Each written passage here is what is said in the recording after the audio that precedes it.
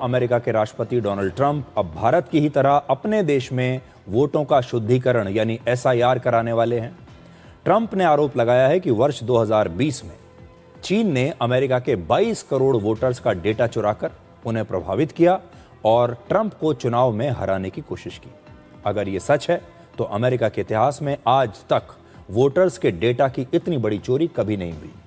वर्ष 2020 में अमेरिका में लगभग 22 करोड़ 80 लाख रजिस्टर्ड वोटर्स थे, यानी लगभग सभी वोटर्स का डेटा चोरी हो गया था। अगर ट्रंप की यह बात सही है तो ट्रंप इससे पहले भी चीन पर अमेरिका के चुनाव में दखल देने के आरोप लगा चुके हैं, लेकिन आज पहली बार उन्होंने इसके सबूत भी पेश किए।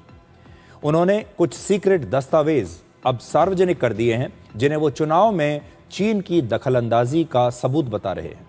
ट्रंप के मुताबिक अमेरिका के वोटर्स का ऐसा डेटा चोरी हुआ जो चुनाव में प्रभाव डालने और वोटर्स का फर्जी रजिस्ट्रेशन कराने में इस्तेमाल हो सकता है। ट्रंप का दावा है कि चीन ने वर्ष 2020 के चुनाव में जो बाइडेन की डेमोक्रेटिक पार्टी को फायदा पहुंचाने की कोशिश की। ट्रंप वर्ष 2020 का राष्ट्रपति चुनाव हार गए थे और तब जो बाइडेन अमेरिका के नए राष्ट्रपति बने थे। हालांकि वर्ष 2021 में अमेरिका की खुफिया एजेंसियों ने यह बताया था कि 2020 के चुनाव में कोई दूसरा देश चुनाव के नतीजों को बदल नहीं पाया था। लेकिन न्यूज एजेंसी रॉयटर्स के मुताबिक चीन के पास मौजूद अमेरिका के वोटर्स का डेटा सीक्रेट नहीं था और इस तरह के डेटा से वोट बदले भी नहीं जा सकते। ट्रंप ने यह भी दावा किया है कि अमेरिका की इलेक्ट्रॉनिक वोटिंग मशीन सुरक्षित नहीं है और वहां 2,78,000 लोग ऐसे मिले जो अमेरिका के नागरिक ही नहीं हैं, लेकिन उनका नाम भी वोटर लिस्ट में था। दिलचस्प बात यह है कि अमेरिका में दो बड़े TV networks, American broadcasting company यानी एबीसी और नेशनल ब्रॉडकास्टिंग कंपनी यानी एनबीसी के साथ साथ सीएनएन ने भी ट्रंप का यह भाषण अपने मुख्य प्लेटफॉर्म पर लाइव टेलीकास्ट नहीं किया। अब ट्रंप ये कह रहे हैं कि जिन मीडिया नेटवर्क्स ने उनका भाषण नहीं दिखाया, उनके ब्रॉडकास्ट लाइसेंस को वो रद्द करना चाहते हैं। उनके ब्रॉडकास्ट लाइसेंस रद्द कर दिए जाने चाहिए।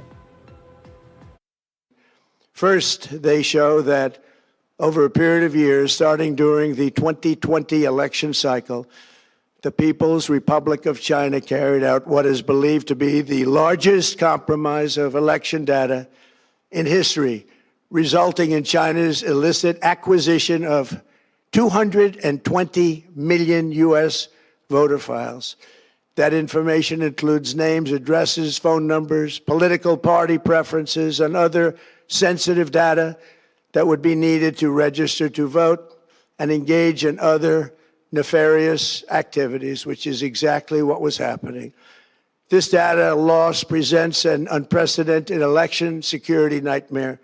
The intelligence even shows that China has signed a data exploitation unit specifically to this new project. Compounding the travesty, the second set of documents we are releasing reveals that members of the deep state, very, very famous group of people, in many cases, in our intelligence agency work to actively suppress and downplay information about the extent of China's sinister election meddling.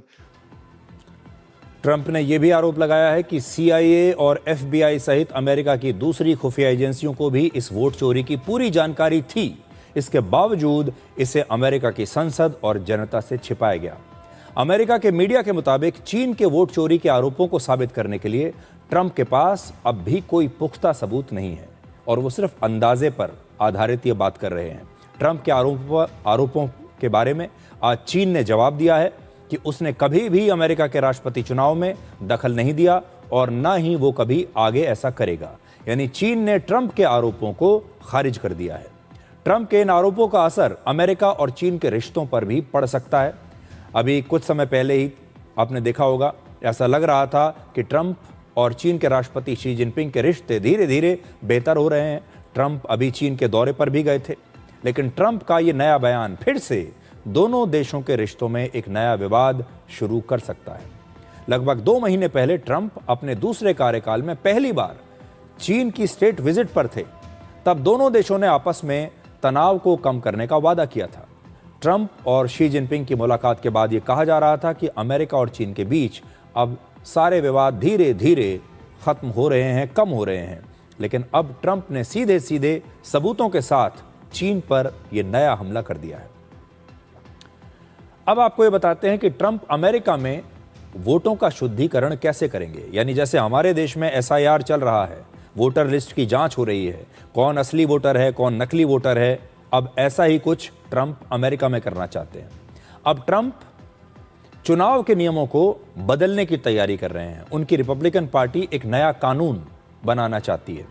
इसके बाद America में नए voter के registration और vote डालने के नियम पहले से कहीं ज्यादा सख्त हो जाएंगे। अब नए वोटर्स को रजिस्ट्रेशन के समय बर्थ सर्टिफिकेट या दूसरे दस्तावेज देकर यह साबित करना होगा कि वो अमेरिका के नागरिक हैं। और ट्रंप ये भी चाहते हैं कि अमेरिका में अब वोटर्स की नए सिरे से जांच भी हो और एक नई वोटर लिस्ट तैयार की जाए। आपको याद होगा, भारत में भी विपक्षी दलों के जो नेता एसआईआर पर सवाल खड़े करते रहते हैं, उन्हें अब यह समझना चाहिए कि अब अमेरिका के राष्ट्रपति खुद भी वहां पर कुछ एसआईआर जैसा करना चाहते हैं, ताकि वोटर लिस्ट जो है उसकी जांच की जाए और दोबारा से एक नई और सही वोटर लिस्ट तैयार हो, ताकि दूसरे देश उनके चुनावों में कोई दखल अंदाजी न कर पाए।